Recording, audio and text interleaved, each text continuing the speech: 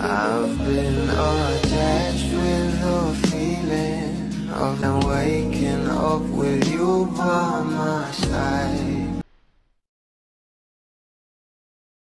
Trending na nga ngayon sa social media itong ating Donnie at Bel Mariano na kung saan alam naman natin na part na nga ng Cetaphil family itong ating Donnie Pangilinan kasama ang kanyang mga kapatid na si Hannah at Ella Pangilinan. Pero ito na nga guys ang pag-uusapan natin dahil talaga namang nagbahagi pa nga itong ating Donnie nang meron nga siyang bagong endorsement at narito nga guys sa nasabing post na ayon nga rito Boteng Quiapo, The Best at Mang Tomas kung saan kasama nga rito ng ating Donnie Pangilinan itong si Kong TV at talaga namang umaani nga agad ito ng maraming komento dahil sobrang nga talagang natuwa ang mga bula patungkol dito dahil another endorsement na naman ito ng ating Donnie Pangilinan at syempre talaga namang super proud nga rin ang kanyang team para sa kanyang nato.